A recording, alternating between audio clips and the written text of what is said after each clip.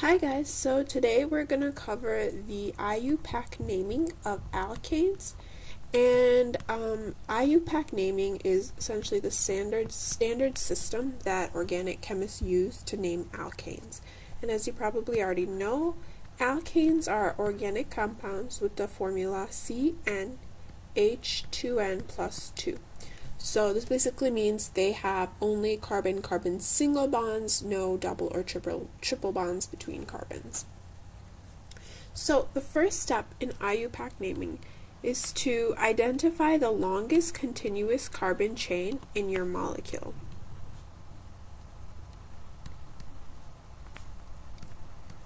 So if you have a molecule that looks like this, with an ethyl group here and maybe a methyl group here, what you would do is you would start counting at any end. You can start here, here, here, or here.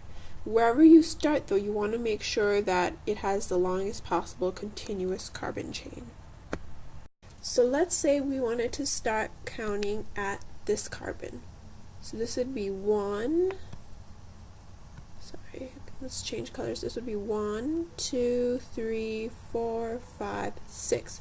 Going this way, we have 6 carbons.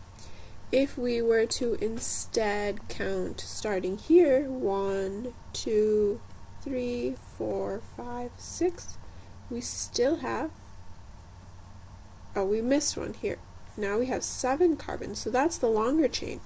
If we started here, 1, 2, 3, 4, 5, 6, we still have 6. So the longest chain then is this right here, and this will serve as your base, this 7 carbon chain, so that this molecule that you will name will be a form of heptane. You will add to this, but this heptane will serve as your base. Now once you've figured out what the base is going to be, you name the substituents. So what you do is you number your substituents, and you want to make sure that whatever number you give them, you want to make sure that you number them so that they have the lowest number possible. So if you have this molecule here and you add a substituent here and you add one here, so these are 2 methyl groups added. So and you know they're methyl groups because they have CH3 here and a CH3 here. So what you do is you can start numbering your carbons on this end, 1, 2, 3, 4, 5, 6, 7. But the problem with that is that these substituents would have the 4 and 6 number attached to them. However, if you started numbering on this end, 1, 2, 3, 4, 5, 6, 7.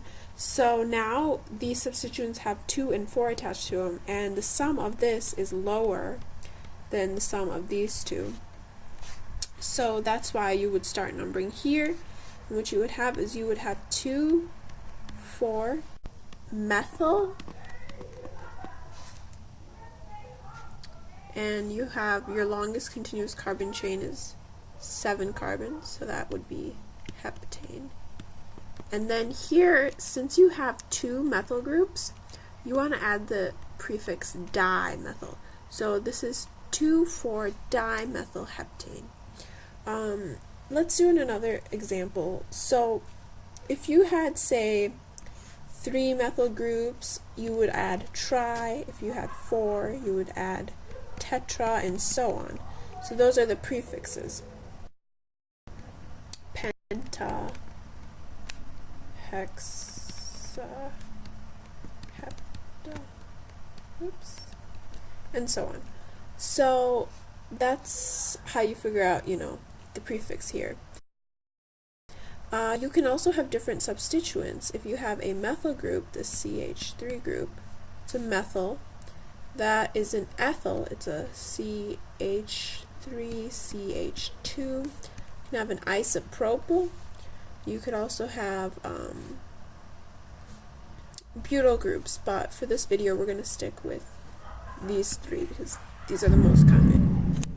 So that's an example of what you would do if you have like the same type of substituent attached to your alkane base.